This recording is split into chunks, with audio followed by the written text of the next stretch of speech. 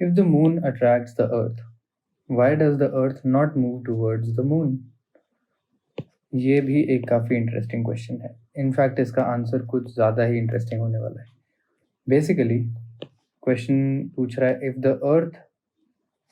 If the moon attracts the earth, जो कि हमने अभी लास्ट क्वेश्चन में भी देखा कि फोर्स का डायरेक्शन जो है ये इस तरफ आता है, तो अर्थ अट्रैक्ट क्यों नहीं हो रही या इस तरफ मूव क्यों नहीं कर रही। ठीक है, तो इसका एग्जैक्ट आंसर ये है कि ये दोनों ऑब्जेक्ट्स जो हैं, ये दोनों ऑब्जेक्ट्स एक्चुअली एक दूसरे के चक्कर काट रहे हैं।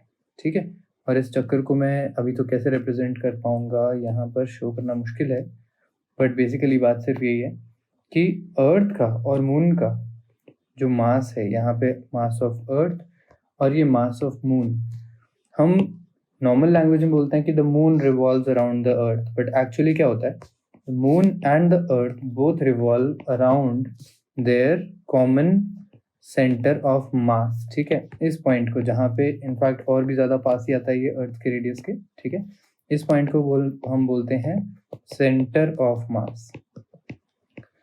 जब आप दो भारी ऑब्जेक्ट्स की बात करते हो तो इसको बैरी सेंटर भी बोलते हैं।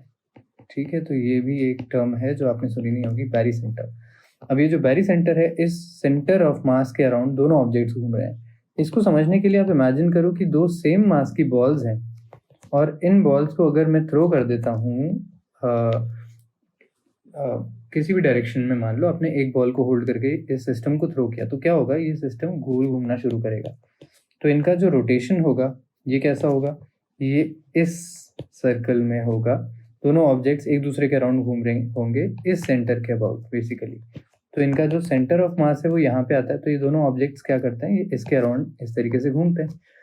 फर्क सिर्फ इतना है कि अर्थ का मास मून के मास से बहुत ज़्यादा है, तो सेंटर ऑफ मास अर्थ के सेंटर के अबाउट बहुत क्लोज आ जाता है। तो अर्थ के सेंटर और centre of mass of both of them is so close कि it appears as if the moon itself is rotating, but actually क्या हो रहा है, दोनों रोटेट कर रहे हैं।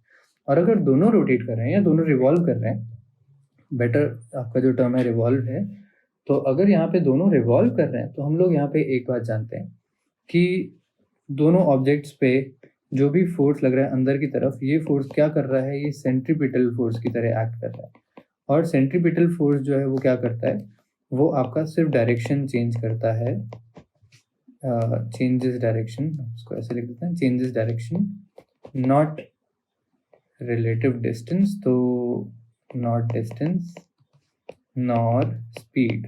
ठीक है, ना स्पीड चेंज कर पाता है ना डिस्टेंस चेंज कर पाता है, सिर्फ डायरेक्शन चेंज कर पाता है सेंट्रीपिटल फोर्स। ओके, इसलिए अर्थ ना स्पीड अप हो रही है मून की तरफ, ना इनका डिस्टेंस चेंज हो रहा है, सिर्फ अर्थ रोटेट कर जाती है।